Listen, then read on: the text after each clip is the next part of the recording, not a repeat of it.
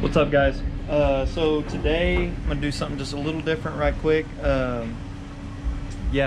That's not the only thing I do. I don't only just want to play with Chevy trucks. I actually do a little bit of everything, if y'all haven't noticed, with the pit bike stuff. And today the old hunk of crap Toro needs new tires on the front. Our old ones, they don't hold air. They got quite a few spots that they leak from. They've been leaking from the rim. Valve stem's probably shot too, so yeah, just sad, very sad. Anyways, what I'm gonna do today is I'm gonna change the tires. I'm gonna show you guys how I do it. I don't like doing the lighter fluid and blowing it up. For these, it's kind of hard sometimes because a lot of the tires are wider than the rim, so it doesn't always work out. So what I'm gonna do is I'm gonna take the tire off, get rid of the old tire. We're gonna take some thinner. You can use thinner, acetone, any kind of cleaner to basically clean this bead of the rim on both sides. Make sure you got a good clean bead for the new tire to seat on. And then we've got new valve stems. Shove your new valve stem in because these are tubeless. And then we'll lube the rim up with whatever I did with it.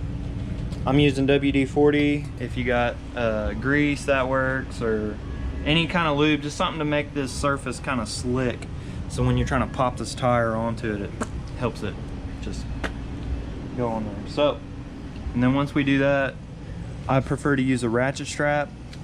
You put a ratchet strap around it, crank it down, and it squishes the tire so it makes the outside walls push against the bead.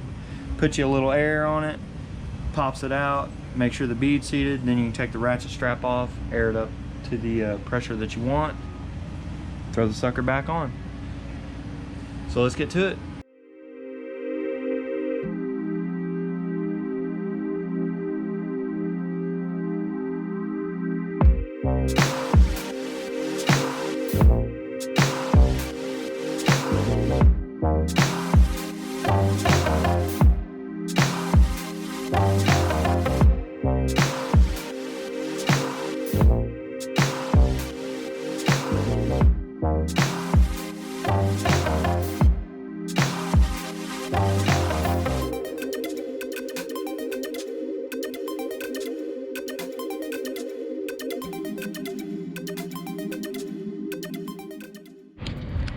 Alright, so we had a little rust on the bead on this tire, so all I did was clean it up with some thinner, and then put a little cheap ass rattle can paint on it, you know, just a little something to get it, which it's enamel, so it actually left a really nice smooth finish.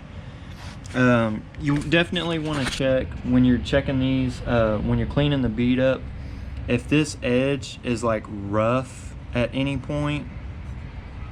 You want to try to get, like I had a little bit of Scotch-Brite, just try to get something to kind of knock down the roughness. It doesn't have to be perfect. You could leave it bare metal.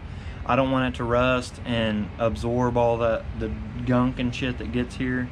So I went ahead and just sprayed a little bit of paint on it. This other rim was a little worse, and then it had a little bit around the valve stem area. And again, the valve stem, you want to get that cleaned up because it's basically like, it pops in and it has a little lip it has to sit in. If that lip is dirty of the metal, then it's not going to seal properly and you'll have a slow leak or something like that. So I think we got them pretty well taken care of. The paint's dry on this one, so I'm going to go ahead and pop the new valve stem in because it's much easier to put it in from this side, from the inside, and then we'll lube up this baby right here with some WD-40 and we'll smack her on there. I'll do that on time lapse so we don't have to wait forever, but here we go.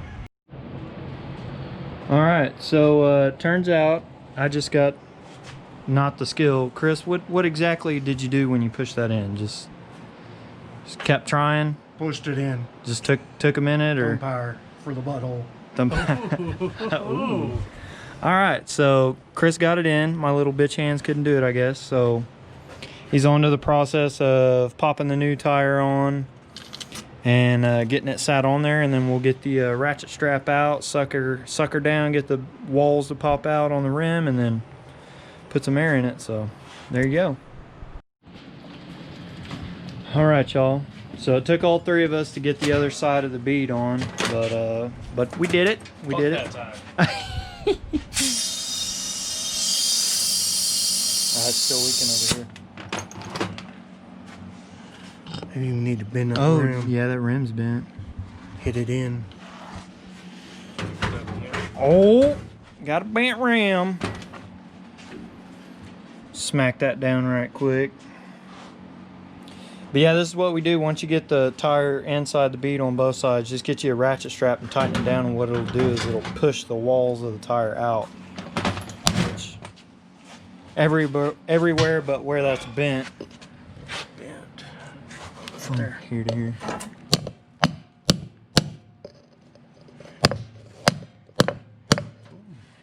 Easy now, Chris. Try that. I think you're mushing that inside out. It's good. Try it. See what happens. There it went. Yeah. Yep. All right, chill. So y'all don't want to do that too much while this is done, because you'll fucking pop that bitch into oblivion, and it won't be a good time. Which, how much has that got in it? Oh. You don't need it. Stupid aired up. Leaking? I don't think so. It's up on the bead. Yeah, that'd be bubbling somewhere below. I think it's on Yeah, there. spray some WD-40 around there. It'll bubble up a bit.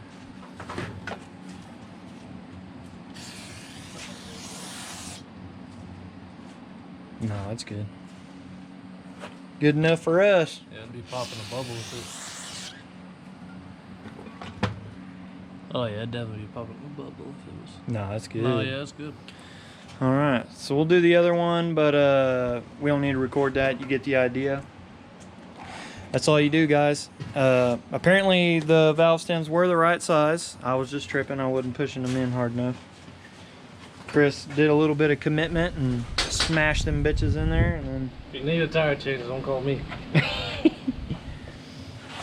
Supposedly you can buy a pair of these for like $50 with the tire and rim all together on eBay. So Probably take a month to get here, because that's where I bought my power at. I mean, Tires cost $80. it's up to you. If you got a little bit of time and you're balling on a budget, this is probably what you want to do. Other than that, you might just go ahead and spring the $50. Go ahead and buy the complete setup. So that's it for what James say to call it, MattyXMowers. MattyXMowers. He said MattyXMowers. But yeah, that's it. So you guys get the idea. I'm not going to show y'all putting these back on. But yeah. All right, Chris, we can mow now.